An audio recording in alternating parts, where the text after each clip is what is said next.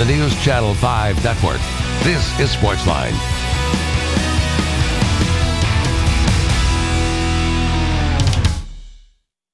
All right, good evening, Nashville. Welcome to SportsLine. I am Jon Burton, filling in for Steve Lehman, who normally has this spot on Mondays and Tuesdays. But Steve, of course, still making his way back to Nashville from Anaheim, where he covered games 1 and 2 of the Western Conference Finals between the Nashville Predators and the Anaheim Ducks. As you probably know by now, that series now tied 1-1. Preds taking game 1 Friday in overtime on a game-winning goal by James Neal.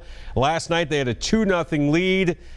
Gave up a power play goal late in the period, and then in the second period, the Ducks go crazy, scoring 3 goals. Preds take the lead back, but they eventually end up on the wrong end of a 5-3 final score. So now this series is tied 1-1. Game 3 is tomorrow night here in Nashville at Bridgestone Arena. It promises to be a rocking atmosphere. So you can look at it in a number of ways. You can look at it where the Preds had a golden opportunity to win both games in Anaheim and a chance to come home up 2-0. But most teams will tell you when you start a series on the road, the goal is to get a split. And that's exactly what they did. So as of now, the Preds do have home ice advantage in this series. So your thoughts on what you saw last night, what you saw going forward in this series is welcome. Love to hear from Preds fans tonight. 737-7767 is the number to call. A couple of things of note that I saw and kind of observed in these first 2 games. Man, it is physical between these 2 teams. A lot of hard hits, a lot of borderline, over-the-line hits. Of course, the whole situation between Ryan Johansson and Ryan Kessler going on right now. Of course, Ryan Johansson, to his credit, not backing down from Ryan Kessler, who's taking a lot of verbal and physical jabs at the Predators' top-line centerman. And you like the fact that Johansson's not backing down from this situation. That wasn't always the case when he played for Columbus, and now I think he's maturing a little bit. But at the beginning of the series, I said we had our special on Friday at 6:30, our Quest for the Cup Preds special. At the beginning of the series, I said that the Predators would win this game in 6 games, win this series rather in 6 games. They would get a split in Anaheim, which they've done and which they are still on track to do. But I look at the physical nature of this series, and we all know the Ducks are a big, physical, at times intimidating team. Something tells me that this physicality, the way the Ducks are playing right now, could, and I stress the word could, take its toll eventually on the Preds and wear them down. The Ducks are determined this is the way they're going to play, and the Predators have done a good job adjusting to the style of each series during this playoff run. Obviously against Chicago Blackhawks, it was a speed series. The Blackhawks with their great scorers on their team. And then, of course, the St. Louis Blues series was a much more physical series. But I think the physicality has gone up a few notches with the Anaheim Ducks. And I'm wondering if that physical nature could take its toll on the Preds and eventually wear them down. We'll, of course, find out. Again, it's a 1-1 series. Game 3 tomorrow night in Smashville. Game 4 on Thursday, also in Nashville as well. Game 5 will be next Saturday in Anaheim, and so on and so on and so forth. So your thoughts on the Predators are welcome. 615-737-7767. I want to remind everybody, next segment, we're going to have our buddy Robby Stanley, who covers the Predators for NHL.com. He will join us on the phone. We'll get his thoughts on the physicality of this series, the whole Johansson versus Kessler situation that's going on right now, and what he sees in this series going forward, not only tomorrow night, but the rest of this series. So once again, your phone calls, love to hear from you, 737-7767. Also, we're going to get into a little bit about what we saw and heard at Titans rookie minicamp over the weekend. The Titans rookies, undrafted free agents, and tryout players all on the field over at St. Thomas Sports Park. Head coach Mike Malarkey and his staff putting the boys through the paces. Limited amount of work for for their top draft pick, 5th overall, Corey Davis, the wide receiver out of Western Michigan, still nursing an ankle injury. Was able to get out and do some things, but he was limited for most of this mini camp. Of course, Adoree Jackson, the cornerback, also their co-first round pick, picked 18th overall. And there's a lot of buzz about his versatility right now. We all know that he's an outstanding corner, Jim Thorpe Award winner. but also a dynamic kick returner and maybe a guy that can help the Titans on offense. Head coach Mike Mularkey kind of mummed about all that, wouldn't get into that. But you'd have to think there are some plans to maybe incorporate him, maybe have a special package of plays for Adoree Jackson. Just when you look at his abilities with ball in hand, looks like he could be a dangerous weapon for the Titans, not only on defense but also in the kick return game and on offense. So the Titans rookies in town, we're going to hear from some of them later on in the show. Which rookie are you most excited about, Titans fans? Haven't heard from you in a while. 615-737-7767. That number is available to you if you want to talk Titans rookies or Titans in general. So plenty going on. Some news and notes. Roger Federer, 18-time Grand Slam tennis winner, announcing today he will not play in the French Open. 35-year-old Feds has decided to stay off of clay courts this season to help prolong his career. He's been dealing with knee and back injuries over the years, so no Roger Federer at this year's French Open. So you're pretty much up to date on what's going on. You know about the Predators, you know about the Titans, and we want to hear from you. 737-7767. While we're doing that and while we await Robby Stanley to join us next segment, let's hear from the Predators as they arrive today, late this afternoon from Anaheim. Here's head coach Peter Laviolette. Coach, you think it's possible for the fans to maybe even take it to another level in these next 2 years? That'd be great. They're great during the regular season. They've been unbelievable in the playoffs. I'm sure it's you know, as we move on and everything gets heightened a little bit, but they've been terrific.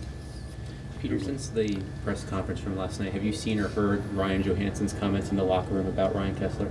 No. You like the way on the ice that Joey has responded. There hasn't been a lot of backing down, certainly in his game, it appears. No, I said last night I think they're playing well. You know, they're contributing offensively, and it was a tough call on Joe last night. It was, like I said, it was a face-off play. It was more of an accidental high stick, and I think he's done a good job. He's playing really well. Their line's playing well. They're generating a lot. Has he changed his game at all, maybe physically? You know, is he more likely to go at it head-to-head with a guy like Kesler than maybe when you first are on it? I think he's grown as a player. I think he's getting better.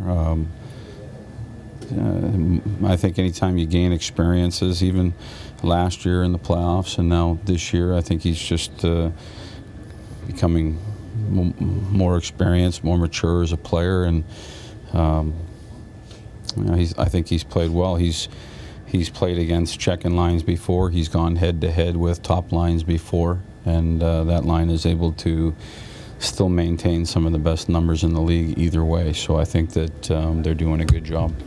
What you're describing in some ways a rite of passage for a young player like Ryan getting playoff experience this deep into the postseason? Well, probably anybody. I don't know about a rite of passage, but that's the nature of a career, I guess. If you can get in the playoffs enough, is that you experience it once, and then you maybe try to take it to the next level, and then you try to keep moving on and getting better, and ultimately with the hope of being successful at the end. So not only Ryan is in that situation, but probably 2/3 of our team, 3/4 of our team are in that situation where they've experienced some things over the last couple of years, and now they're in a situation where they're trying to push even further. Yeah, physicality is always a big factor in the playoff, and the first 2 games showed pretty much. Now coming back at home, would you try to find a way to put your speed and your talent aside of the physicality and maybe get around that aspect of the game of the Ducks for the 2 home games that you have forward this week? Yeah, there's no question that they play a physical game. Our team's been able to do it different ways and play different styles. You know, we have home ice, so we'll be able to find matchups that we either want or don't want a little bit easier. But you know, I think like I said, our guys I think they're accustomed to playing different types of game. To get through Chicago, you had to play one way.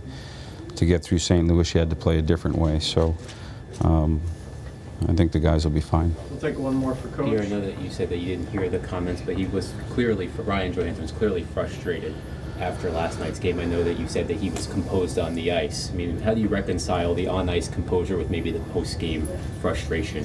I didn't read his comments, so I can't reference them. I can tell you that I just saw him on the plane and he's composed. I saw him on the ice last night, he's composed. So he'll be ready to play tomorrow. Coach, you've been able to see an actual comfort level difference at home? This is an illegal question, isn't it, Kevin? I gave him the back door. Go Okay, ahead. all right. Okay. Pre-approved. Go ahead, sorry. Have you been able to see an actual different level of comfort from the guys at home versus on the road? I think we played pretty well on the road. Yeah. You know, it's not like our guys didn't show up and compete last night. It was a hard-fought game. Give the edge to them last night. We won a big game one. The same thing in St. Louis. I don't think we played bad in game two. I think our guys competed really hard. I think there's always a little bit of a comfort level at home, especially in our building when you get behind our fans and into that environment. It's a boost for us, and I think our guys have proven that by, you know, the record in the playoffs and the record in the regular season. So, you know, we're excited to get back home in front of them. Preds head coach Peter Laviolette in a little bit better mood today than he was last night immediately after the game. A very short press conference for Lavi last night. Short answers. Nothing like a good night's sleep, maybe a couple of meals and a long plane ride.